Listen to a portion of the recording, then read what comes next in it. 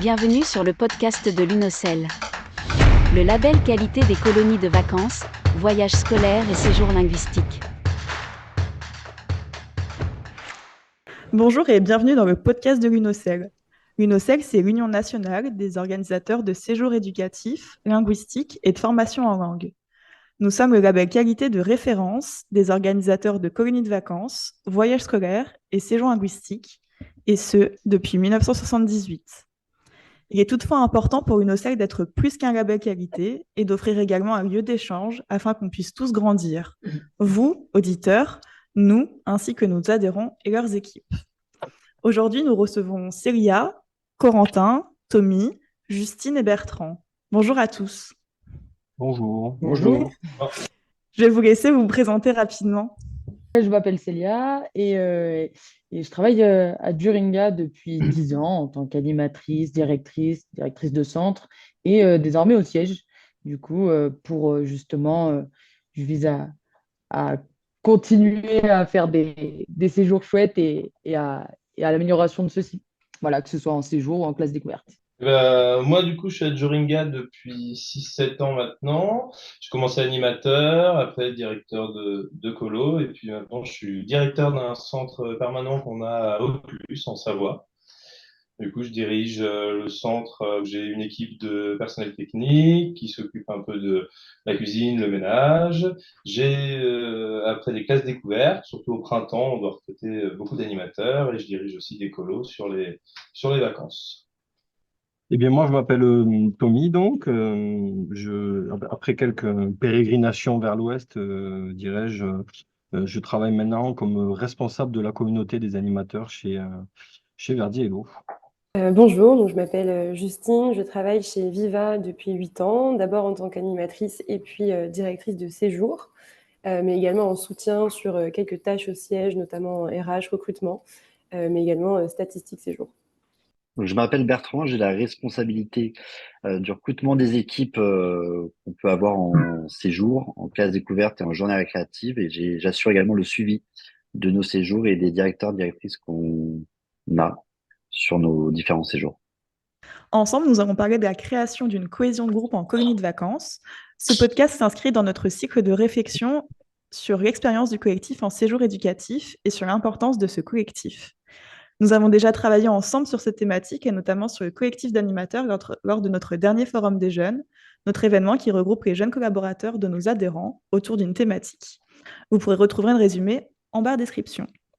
Et nous avons également interrogé Elisabeth Soulier, anthropologue et autrice de la génération Z au rayon X, lors d'un précédent podcast sur cette notion de collectif pour la génération Z.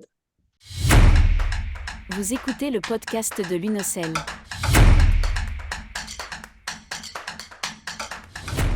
Vous travaillez tous pour des organisateurs labellisés UNOCEL différents. Est-ce que cette notion de groupe et la cohésion font partie du projet éducatif? Et peut-être que pour nos auditeurs qui ne sont pas au courant de ce qu'est un projet éducatif, vous pourriez le définir. Du coup, un projet éducatif, si je ne dis pas de bêtises, c'est c'est un projet du coup qui concerne l'organisateur, l'organisme, et dont va découler ensuite les projets pédagogiques du coup de chaque directeur. Euh, et donc il rassemble, enfin, c'est un projet qui décrit les valeurs, les objectifs d'un organisme. Le projet éducatif, c'est vraiment les axes et les orientations de la structure de l'association. C'est ça. Yes. Et donc, cette notion de groupe, elle est mentionnée, cette cohésion dans les projets éducatifs? Oui, en général, elle est mentionnée. Je dirais bien dans la totalité des projets éducatifs, mais en tout cas, dans tous ceux auxquels j'ai eu accès, oui, elle en fait partie. Elle fait partie euh, même intégrante parce que c'est aussi c'est le principe d'un séjour, en fait. Le vivre ensemble et sans oublier pour autant l'individu, mais en tout cas, le vivre ensemble. Moi, je ne peux qu'abreuver dans le sens de Célia en définitive, parce que effectivement, de tous les projets éducatifs qui m'ont été donnés de lire ou de participer à la création, c'est vrai que ce vivre ensemble, cette notion de groupe, de cohésion, ça fait quand même partie un petit peu euh, de tous les objectifs des différents organismes. Non, je rejoins ce qui a été dit, mais effectivement, on fait partir un groupe d'enfants en colonie de vacances, par exemple. On a aussi une équipe qui est là, donc qui va former un groupe. On parle pas de personnes chacun ou chacune de son côté, donc ça c'est assez important. Et puis on va apprendre aussi, si je prends le côté équipe, à œuvrer ensemble sur un même projet, à adhérer, à le faire exister, mais aussi à travailler en équipe. Et ça c'est hyper important sur nos séjours et de créer de la cohésion de groupe aussi, soit en équipe, mais aussi entre enfants, enfants ou équipe. On va rassembler sur un séjour des personnes qui viennent vraiment d'horizons différents, de profils différents. Et c'est ce qui est assez chouette avec les colonies de vacances. C'est qu'on va apprendre à vivre une semaine, 2 semaines ensemble, à travailler ensemble et à faire découler un projet. Je suis plutôt d'accord avec ce que tout le monde a dit. Je dirais que c'est vrai qu'en plus, pour aller un peu plus loin, dans le projet éducatif, on parle voilà, de vivre ensemble, mais je trouve aussi qu'il y a de plus en plus de directeurs de séjour et même en périscolaire même sur les projets pédagogiques des séjours, des semaines de vacances. Maintenant, il y a un petit onglet projet de management, type d'animateur, où là, le directeur, il va détailler un peu.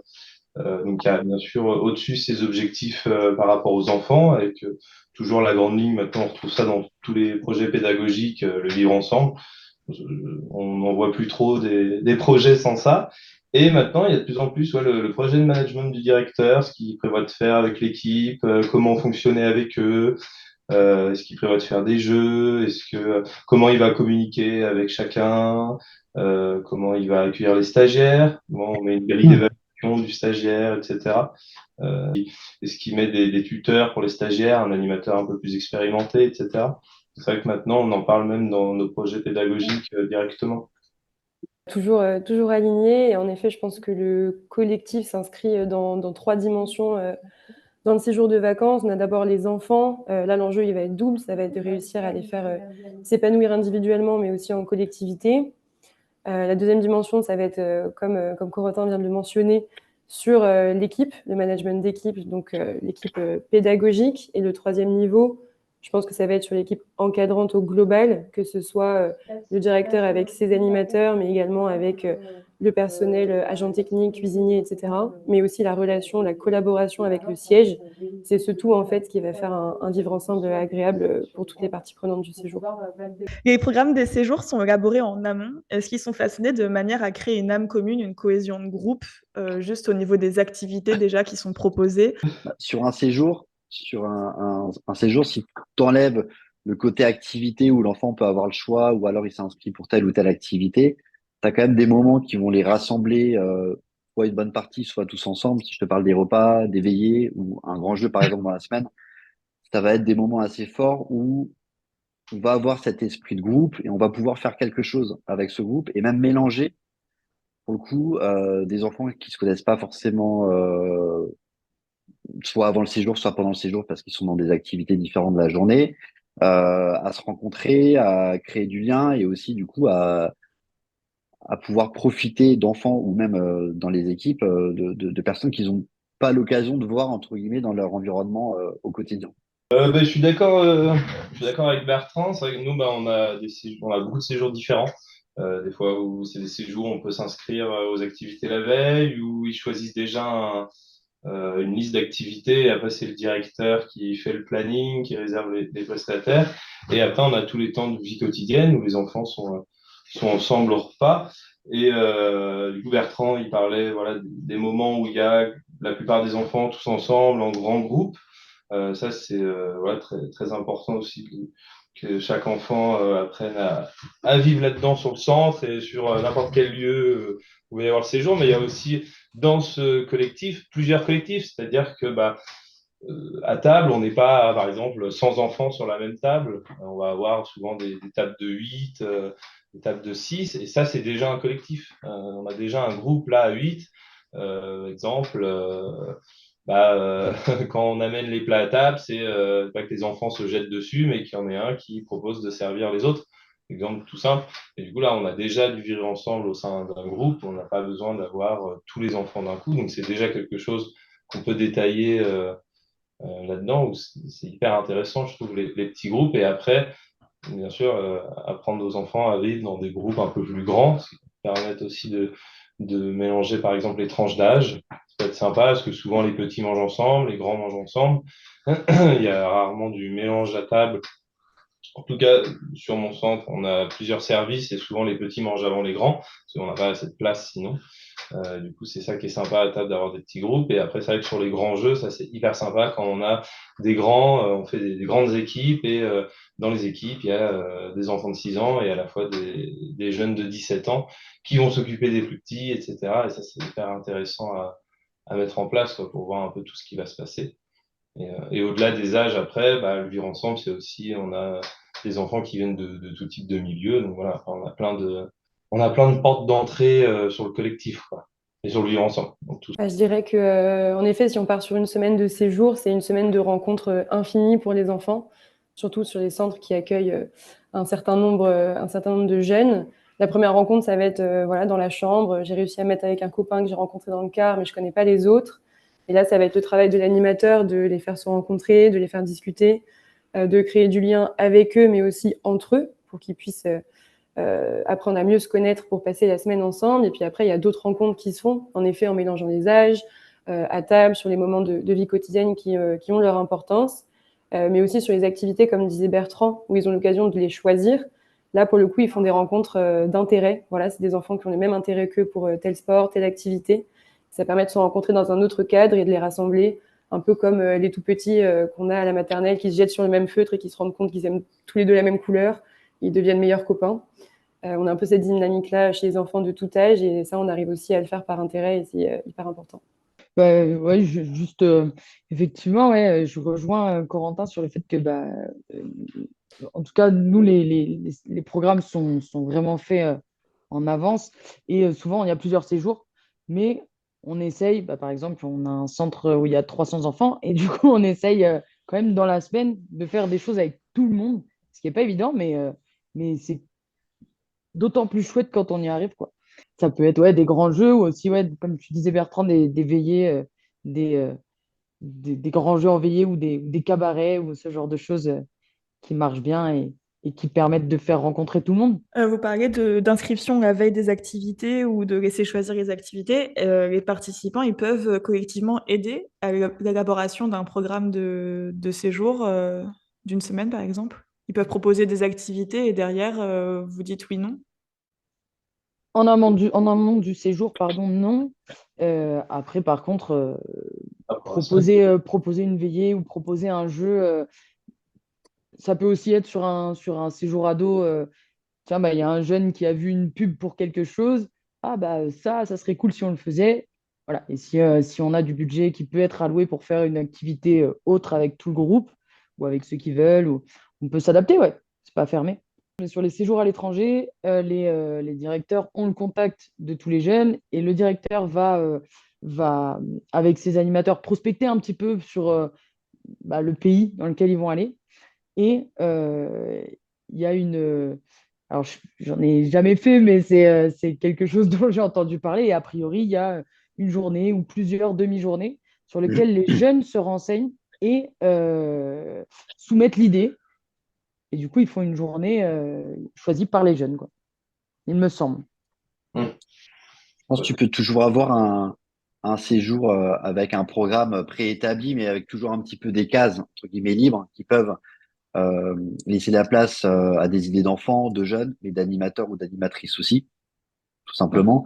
Nous, je sais qu'on a un séjour, à partir des préados, on a un séjour 12-15 ans assez restreint en termes de tranche d'âge, où tu as le programme brochure, mais qui après est élaboré avec les jeunes un peu au jour le jour, selon leur envie, selon la météo, selon une idée qui peut aussi naître.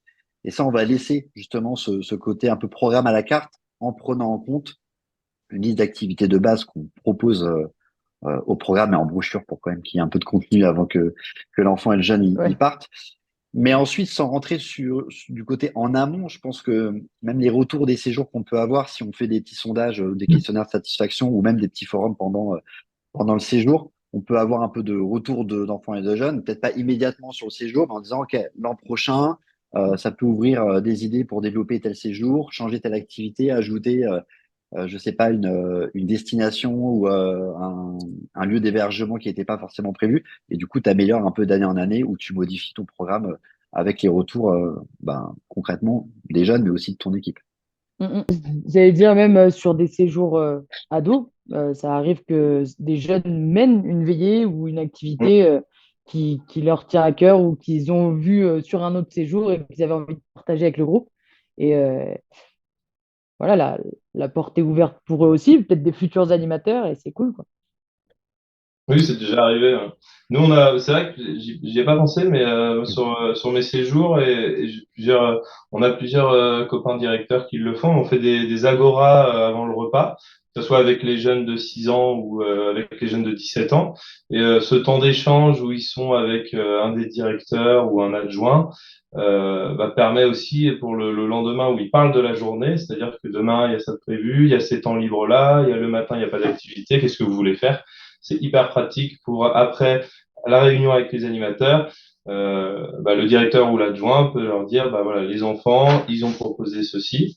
Est-ce que vous voulez qu'on mette ça en place avec les jeunes ou vous avez autre chose à proposer? Et du coup, ce qui permet aussi le lendemain de répondre un peu aux demandes des enfants. Et ça permet aussi, eux, aux enfants, d'ailleurs, en parlant de vivre ensemble, la parole en groupe aussi et à s'écouter sur un groupe de 40, 50 jeunes ou une trentaine de petits de 6-10 ans. C'est vrai que ça, c'est pas mal. J'imagine que sur les séjours sportifs, c'est un peu différent, notamment les sports collectifs où ils favorisent déjà l'esprit d'équipe. Ça doit être moins difficile de créer cette cohésion de groupe sur les séjours. C'est, je pense, d'autant plus facile de créer de la cohésion sur des séjours avec des thèmes un petit peu plus sportifs, où effectivement, là, de prime abord, tous les enfants ont exactement la même passion. Ils viennent tous pour acquérir alors, soit un petit peu plus de compétences dans le sport, ou en tout cas euh, pratiquer un peu plus l'activité. Donc, c'est sûr que ils ont cet objectif en commun qui finalement fait partie des points un petit peu qui permettent de créer une meilleure cohésion. Donc c'est sûr que sur le séjour sportif, c'est quand même beaucoup plus facile d'avoir cette notion de groupe, de cohésion. Encore que ça peut parfois, à contrario, donner des sentiments un petit peu de compétition entre les enfants et là, du coup, de mettre un petit peu à mal la cohésion du groupe. Ouais, c'est sûr que sur les sports collectifs, la concurrence est quand même rude. Ouais, la difficulté va être plutôt de maintenir la cohésion de groupe et le vivre ensemble plus que de la développer tout au long du séjour. Après, justement, je pense que d'où les moments, on va dire, hors activité qui sont importants si tu veux développer ça. Parce que la différence, effectivement, avec une colo sport et le fait d'aller au club de tennis en bas de ta rue juste le samedi matin, par exemple, c'est que tu as des moments où tu vas être dans ta chambre, tu vas faire d'autres activités, les repas, tu t'en parlais pas mal, Corentin, tout à l'heure. Et il y a cette contrainte-là, mais que tu peux développer à d'autres moments et peut-être que l'équipe peut se focaliser justement pour développer le côté un peu cohésion collectif en dehors de ces moments-là. Vous écoutez le podcast de l'UNOCEL.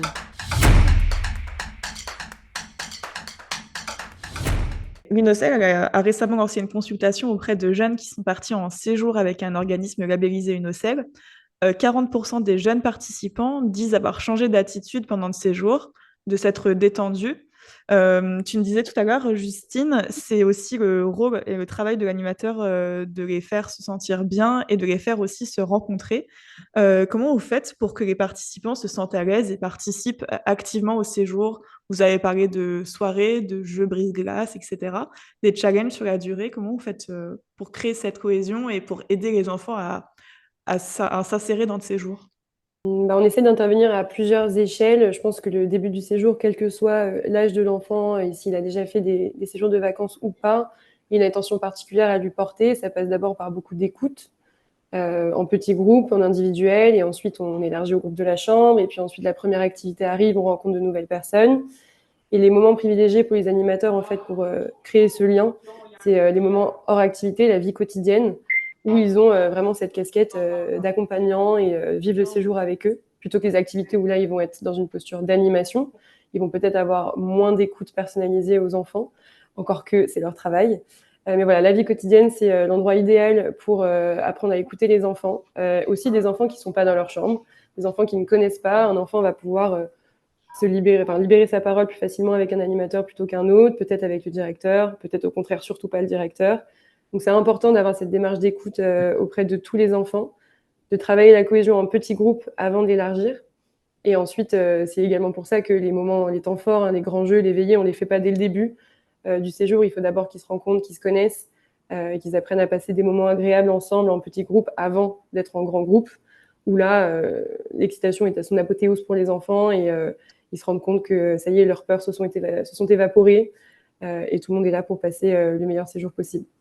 Je suis tout à fait d'accord avec ce que disait Justine, et c'est vrai que au sein du groupe, de cette volonté qu'on a d'être tous ensemble, c'est vrai que les animateurs sont ces singularités un petit peu qui permettent de créer du lien un petit peu et du lien avec tous les enfants, avec tous les adolescents qui sont sur le séjour, et pour je pense, avoir cette cohésion un petit peu plus sur le long terme que par des simples jeux dont on a parlé un petit peu au début, qui permettent un petit peu de briser la glace. Il y a cette notion que Hannah Arendt expliquait, qui est la vita activa, qui va finalement, où c'est l'idée que il faut pour permettre de créer de la cohésion un petit peu pour tout le monde, mais que tout le monde participe à la vie sociale, bon, elle parle aussi de la vie politique, mais dans ce cas-là, ce serait au choix des activités, ou en tout cas à leur organisation, sur la fréquentisation de certaines choses, de choses comme ça, sur le fait de faire à manger, d'être finalement tous ensemble, de participer tous ensemble à, à la vie de la communauté, et pas simplement en étant des spectateurs, mais en étant vraiment proactifs au sein de sa colo et du groupe. Ouais, c'est ça. Je trouve que peu importe la taille du groupe, mais c'est d'autant plus simple quand le groupe est assez restreint. euh, c'est une idée pour moi à communiquer dès le début du séjour, que ce soit justement pendant les traditionnelles règles de vie ou, ou sous forme de jeux et d'activités. Mais en tout cas, ouais, pour moi, c'est quelque chose qui doit être porté dès le début par l'équipe d'encadrement. Et à mon sens, pour que ça soit porté par l'équipe encadrante, c'est pas mal que ce soit bien emmené, bien porté par le directeur aussi. C'est, c'est un tout, quoi. Ouais, vous dites alors que c'est pas que le jeu qui permet de créer un sentiment d'appartenance, mais c'est aussi le fait de faire ensemble, dans le partage aussi des tâches de la vie quotidienne, comme j'imagine le partage des chambres, l'entretien des communs, le choix des activités. C'est de la coopération, ça veut dire que la vie quotidienne, elle est régentée par des règles aussi pour que ça se passe bien. Ouais. Bah forcément, comme dans une coloc finalement, où, où il faudrait imaginer un petit peu le rôle de chacun et que ça tourne.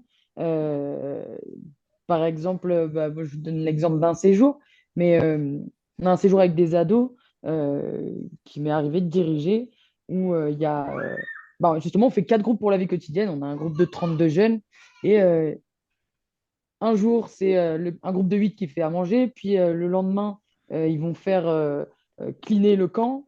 Le surlendemain, ils vont faire la vaisselle, et le surlendemain, ils sont tranquilles. Voilà, c'est un peu. Et puis il y a un roulement comme ça sur tout le long du séjour.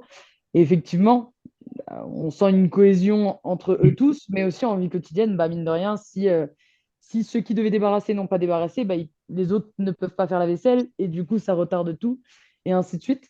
Donc, on voit aussi, même la vie quotidienne, finalement, ça devient un engrenage, et tout le monde a besoin de tout le monde, quoi. Donc, ça qui est cool aussi. Mm. Ouais, je rejoins un peu tout le monde. C'est vrai que le groupe avec les plus jeunes, souvent, on essaie de leur faire comprendre un peu les règles, le cadre. En fait, le cadre qu'on met en place, parce que, en fait, tout être humain, même nous, adultes, quand on arrive dans une nouvelle entreprise ou même dans la vie de tous les jours, dans une coloc, bah, il faut qu'on se sente en confiance pour pouvoir aussi aller vers les autres. Il faut que du coup, on soit dans un cadre qui est posé, qui soit clair pour nous. Je pense que l'être humain a besoin de ça quand même. Un peu. Ça paraît hyper strict, mais pas du tout, hein, je vous rassure. Mais en psychologie quand même, et aussi en développement en socialisation juvénile, on parle de ça parce que le cadre rassure en fait, tout simplement l'enfant. Moi, par expérience, on voit toujours très bien que, au final, un animateur qui est hyper laxiste et qui va être un peu à la cool, pas forcément un peu faire respecter les règles comme tu lui as mal parlé, enfin voilà, il va pas reprendre les enfants là-dessus. Il va pas forcément, les enfants vont pas forcément être en confiance avec lui, alors que finalement, un anime qui prend le temps d'être bienveillant, comme disait Célia, ce qui découle du directeur, mais l'animateur qui va suivre cette dynamique et qui va être avec les enfants, attention à comment vous parlez, soyez sympa entre vous, qui va être à table, attendez, on va plutôt servir tout le monde, il y en a un qui sert tout le monde. Les enfants vont être en confiance avec cet animateur et du coup, ils vont la cohésion en plus et le sentiment d'appartenance à ce groupe-là avec ces animateurs-là et toute l'ambiance de la colo, hein, de toute façon, ça passe par un truc global, hein, mais va être encore mieux perçu par les enfants. Et du coup, ils seront à l'aise pour aller vers les autres, ils seront à l'aise pour aller vers les animateurs, parce qu'au final, les animateurs, ils font partie tous les jours, hein, donc enfant-enfant, mais en fait, une relation éducative, c'est enfant-enfant, enfant-adulte, dans les deux sens, les enfants directeurs, les parents, enfin, tout ça, tout ça, c'est rempli de relations éducatives qui permettent de travailler la cohésion et de développer chez l'enfant aussi l'envie de vivre avec les autres. Parce que, au final, la cohésion, c'est bien, mais si l'enfant n'a pas envie, il ne voudra pas, quoi. Donc, il faut aussi notre boulot à nous, sur les groupes les plus difficiles, en tout cas, c'est vraiment de donner envie aux jeunes de s'ouvrir. Et du coup, il faut d'abord passer par montrer aux jeunes qu'il est dans un cadre de confiance où il va pouvoir évoluer individuellement et collectivement, comme ceci. Et pour aller un peu plus dans le précis, nous, on a souvent enfin, on met tout le temps en place des référents de chambre où du coup, l'enfant, il a un référent euh, de chambre pour parler encore plus.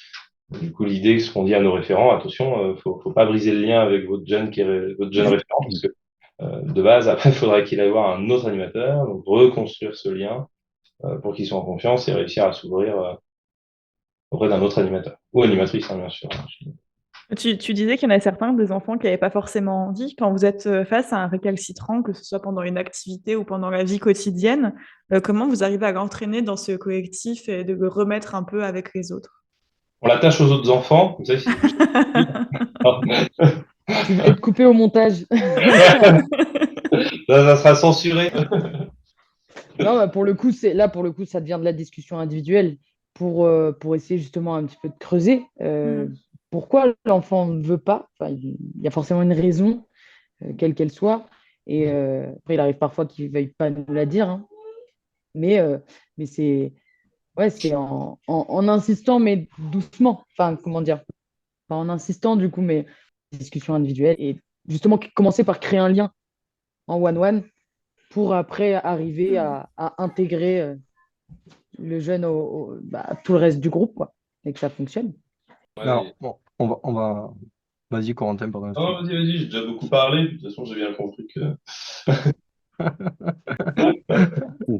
Non, mais pour en venir à cette idée de vouloir inclure les enfants un petit peu récalcitrants à toutes ces activités, alors on va peut-être pas lui parler de ça, mais après on peut très bien parler de Jean-Jacques Rousseau et du contrat social et de lui faire comprendre en tout cas que eh bien, de faire des activités, de s'amuser un petit peu avec tout le monde, ça passe aussi par des choses dont on n'a pas tous spécialement envie de faire, mais que ça fait partie déjà de la vie future et de ce que c'est que de vivre en communauté, en groupe, où on accepte tous de faire des choses qui, au départ, ne plaisent pas, mais en tout cas servent le collectif, servent un petit peu tout le monde, et que donc c'est dans ce sens-là où, une fois qu'on a fait des choses qu'on n'apprécie pas spécialement, qu'on peut après faire des choses qu'on apprécie beaucoup plus, et avec des gens, a fortiori, qu'on aura appris à apprécier aussi, puisque eux aussi, ils auront fait des choses qu'ils n'apprécient pas avec nous.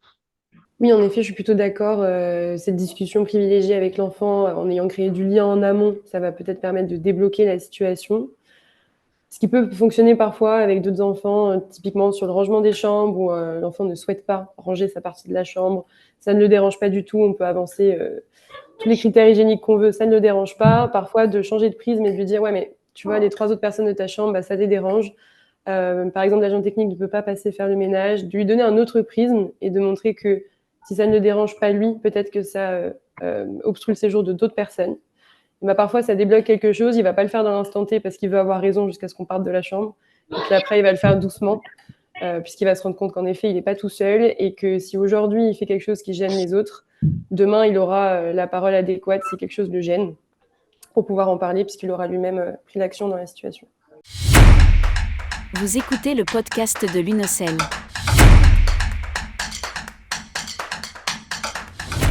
Depuis la crise Covid, il y a des études qui prouvent que la santé mentale des jeunes a été et est toujours fortement impactée. Ils ont connu des confinements, une perte de repères, une perte de sociabilisation. Et en plus, cette génération passe en plus du temps sur les écrans.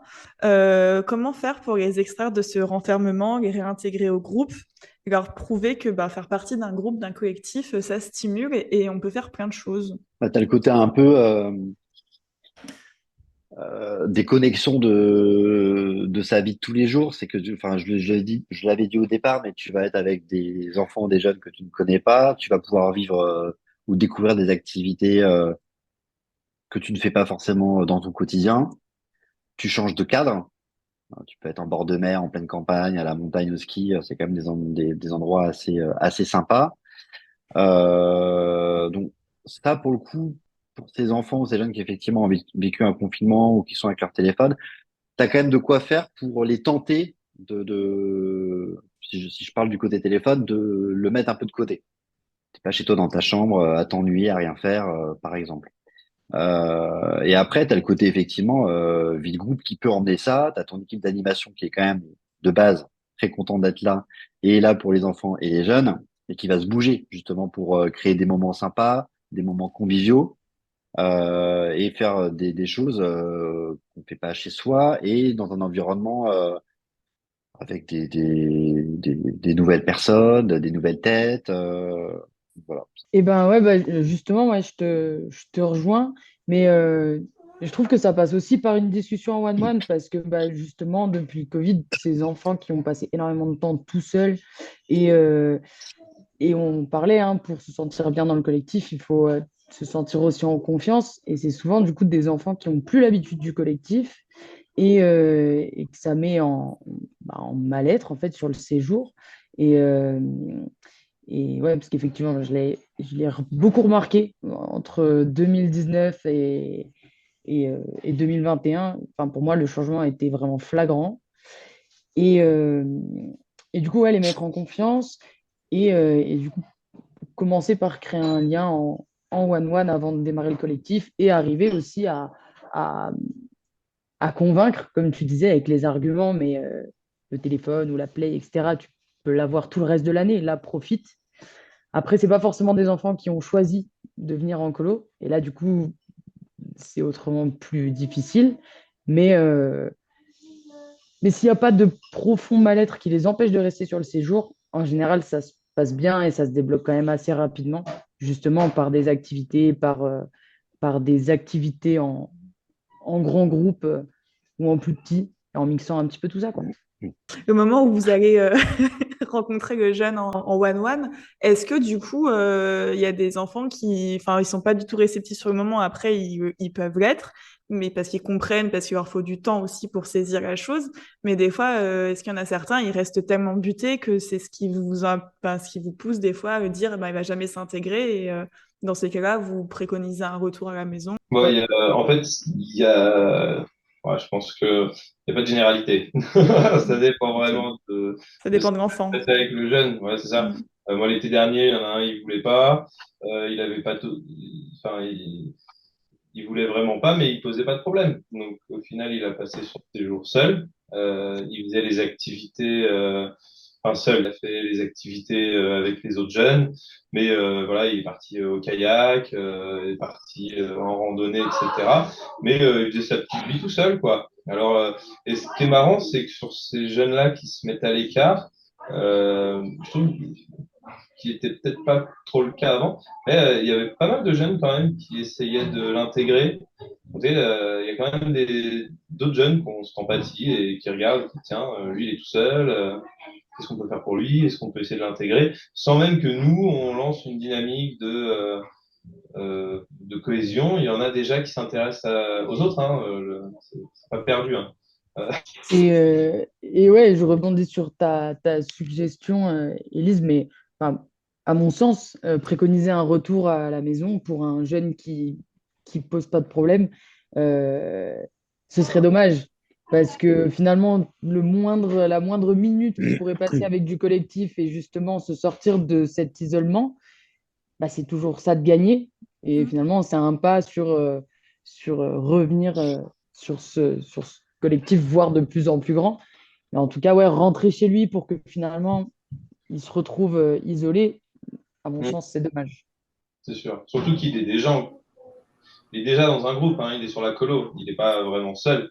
Il est seul il est seul, mais quand il est à table, il y a quand même cette autre personne à table de lui, ou il est pas tout seul dans la chambre. Il est déjà en train de travailler quelque chose, même si nous, on a l'impression que c'est un échec. Ouais, puis je dirais que c'est surtout le retour à la maison qui est vu comme un échec, en tout cas pour l'équipe encadrante.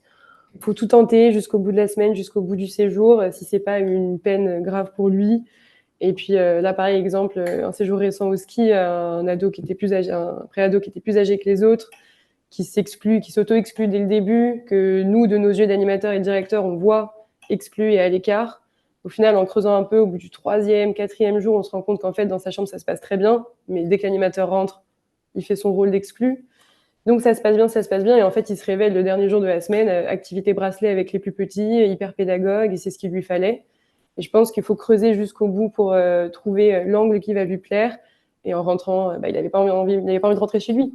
Donc c'est ce qui fait plaisir. Il faut pas lâcher l'affaire si c'est pas plus difficile pour lui de rester, parce qu'il y a toujours du bon à en sortir et on essaie d'éviter au maximum le retour à la maison qui est trop souvent vu comme un échec pour lui comme pour l'équipe. On a mentionné l'importance des jeux. Les valeurs acquises par le jeu sont nombreuses, la tolérance, le respect des autres, l'entraide, la solidarité, la confiance en soi, éventuellement la résolution de problèmes. Le jeu, c'est plus qu'un divertissement, c'est un outil pédagogique et éducatif. Mais outre ces jeux-là, est-ce qu'il y a des projets qui peuvent être mis en place, qui mobilisent tout le collectif? Je pense à un spectacle de fin de séjour ou sur les séjours cinéma, la diffusion du film. Est-ce que ça, c'est assez commun sur les séjours? Bah, moi, vite fait, du coup, mais effectivement, oui, on le retrouve pas mal. Enfin, je trouve, hein, je sais pas pour vous, mais on le retrouve pas mal. Après, ça dépend finalement du projet de l'équipe, quoi. Est-ce que est-ce que d'avoir un projet comme ça en fin de séjour, ça peut mobiliser tout le monde? Quand je dis tout le monde, je parle aussi du coup d'équipe animateur qui va être impliquée aussi dans un projet final de séjour. Ça peut impliquer tout le monde. Après, certains jeunes vont être. Enfin, justement, après, l'idée, c'est que si c'est par exemple un spectacle, l'idée, c'est d'arriver à trouver un rôle qui correspond à chacun et pas de forcer la main à faire une représentation sur scène devant je ne sais combien d'autres enfants. Euh, voilà. Donc, mais oui, je trouve que c'est quelque chose qu'on trouve pas mal. Oui, voilà, c'est ça, mettre un jeune à la lumière ou au son pendant un cabaret, par exemple. Ou même créer la création du décor, le jeune va être potentiellement spectateur pendant le cabaret. Par contre, Ouais. toute la semaine, il aura créé le décor ou écrit le scénario. Voilà. Donc, il y a plein de possibilités, je pense. Sans être dans un séjour, tu vois, que spectacle ou artiste ou cinéma, comme tu me le mentionnais, Élise, mais tu peux l'insérer dans tout type de thématique. Je te prends un exemple comme ça. On a un séjour thématique indien cow-boy qui dure 12 jours, par exemple, avec un camp tipi qui se trouve à un endroit dans un camping. Il y a une équipe depuis 2 3 ans. Ils vont faire leurs activités pendant 12 jours, etc. Mais ils vont créer des moments d'activité où ils vont chacun participer d'une certaine manière ou d'une autre à monter un spectacle de fin de séjour. Donc c'est pas le cœur du séjour, mais ça en fait partie par des petits moments, soit le matin, soit le soir. Et à la fin, ils se font leur représentation. Ils font le tour de tout le camping pour avoir un peu de spectateurs. Ça fonctionne. Du coup, j'ai vu des images, t'as vraiment des gens qui se déplacent et c'est assez chouette. Et là, pour le coup, tout le monde a participé, l'équipe, les enfants et même, je pense, le plus timide à qui, à un moment donné, on a donné un rôle, une responsabilité ou quelque chose pour œuvrer à ça. Oui, des fois, c'est pas prévu et ça se passe bien et du coup, c'est les enfants ou les animes qui proposent au milieu du séjour, tiens, mais si vendredi, avant le départ du samedi, on prépare comme on dit, un cabaret avec plein de jeunes, ils veulent proposer un spectacle, du théâtre ou autre, etc. Et c'est vraiment assez cool. L'artifice, spectacle de feu, etc. Oui, On est certes. vraiment, on a gagné. C'est ça. En définitive, ce qui est important, peu importe le séjour, l'objectif au final, c'est d'avoir justement ces objectifs en commun tous ensemble. Et pour reprendre un petit peu ce que disait Justine, c'est de permettre aussi à tous les enfants finalement de se sentir valorisés. Alors ça peut être en créant des costumes ou des bracelets, comme elle disait, ou en jouant un rôle, ou simplement être à la pyrotechnie. Ou des choses comme ça. Ça favorise un petit peu la collaboration, ça encourage un petit peu à l'inclusion, parce qu'on essaye vraiment d'avoir tout le monde qui participe au projet, et puis ça permet de célébrer au final la réussite tous ensemble. Et c'est ce que je pense qui est primordial si on veut avoir cette cohésion sur des séjours comme ça. Après avoir parlé pyrotechnie, feux d'artifice, cabaret et autres joyeuseries, les temps calmes, ils sont nécessaires aussi pour le bien vivre du groupe, pour le bien-être du groupe. Tu as toujours besoin d'un temps pour toi ou d'un moment pour décompresser dans une journée. Tu as le temps calme que tu peux avoir le matin ou après le repas, ou même si tu es dans une chambre où il y a 5 autres enfants, tu peux avoir l'occasion de te poser sur ton lit, lire un bouquin, écrire un courrier, écouter de la musique, aller dans une autre salle pour faire un jeu de société, par exemple, avec un autre enfant. Donc, ouais, tu as besoin à un moment donné de peut-être aussi laisser retomber un peu de pression ou d'excitation. Ça, c'est certain. Mais au sein du collectif, comme ça, un peu le sujet, tu peux quand même avoir l'occasion de prendre du temps aussi pour toi et de t'évader un peu de ton côté, quoi. T'es pas dans une masse tout le temps du lundi au dimanche. Ouais, c'est ça. Selon moi, les temps calmes, ils sont importants pour éviter que enfants comme animateurs fassent une overdose du collectif. Euh, ça peut, hein, ça arrive. Et notamment, des fois, avec des enfants qui vivent en collectivité toute l'année, déjà, et qu'on voit des fois craquer parce qu'en fait, marre de dormir à 8 dans la même chambre, quoi. Donc, ouais, je pense qu'ils sont importants et que chacun puisse se retrouver. Voilà, pas oublier, comme on disait au tout début, pas oublier l'individu, même s'il y a un groupe, quoi. Je vous remercie pour votre participation active. On pourrait continuer pendant des heures. Les séjours éducatifs en général, même si aujourd'hui on a traité en majorité les colonies de vacances, permettent l'apprentissage du faire ensemble et de la coopération, mais pas que. Ces séjours permettent le développement de la patience, de la bienveillance et de l'empathie, entre autres. Merci à vous, auditeurs, de nous avoir écoutés. Vous pouvez trouver votre séjour éducatif sur le site de l'UNOCEL, www.unocel.org, et nous restons à votre disposition si vous avez des questions. Vous pouvez nous écrire à info@unocel.org. À bientôt. À bientôt. À bientôt. À bientôt. Très bientôt même. Vous avez écouté le podcast de l'UNOCEL. N'oubliez pas de vous abonner. À très vite.